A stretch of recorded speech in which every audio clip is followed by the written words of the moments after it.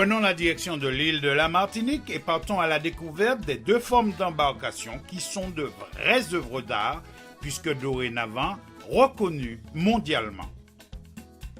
Pour preuve, la yole ronde, fille des gommiers des Antilles, est dorénavant inscrite au patrimoine immatériel de l'UNESCO depuis le 17 décembre 2020.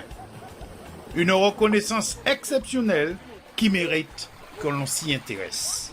En Martinique, nous avons deux supports de voile traditionnels. On a le gommier et aussi la yole. On ne peut pas parler de yole si on ne parle pas de gommier. Donc, pourquoi le gommier, c'est la plus ancienne racine nautique de la Caraïbe. C'est ce qui nous a servi au transport de personnes, de marchandises. Également aussi, même dans le domaine hospitalier, lorsqu'on n'avait pas de moyens de locomotion, c'est un gommier qu'on transporte certaines personnes.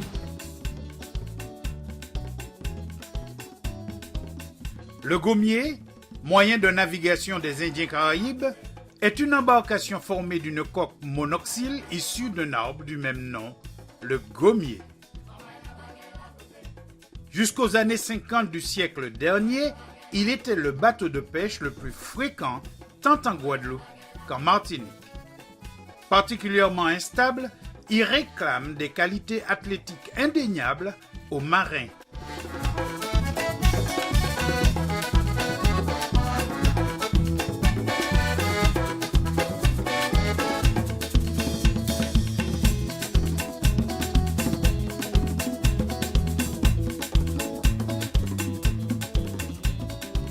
Petit à petit abandonné au bénéfice d'un nouveau venu plus stable et plus sûr, la yole ronde, qui elle, à la différence du gommier, est un assemblage de planches sur une armature bien plus large et bien plus stable.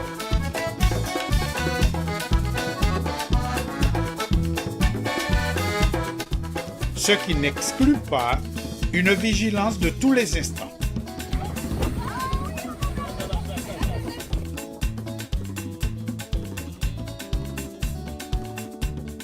Il n'est vraiment pas facile de faire la distinction entre un gommier et une yole.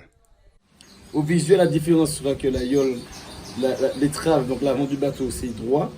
Et derrière, à l'arrière, il y a un engrenage où on met une pagaie pour pouvoir diriger la yole. Le gommier, au contraire, c'est un gouvernail. Un gouvernail permet de diriger l'embarcation. Donc ce sont ces deux aspects qui permettent de différencier essentiellement une yole d'un gommier. C'est la construction et aussi l'outil pour diriger l'embarcation. Avec l'apport des nouvelles technologies, cette embarcation est devenue un véritable joyau, unique au monde par sa conception.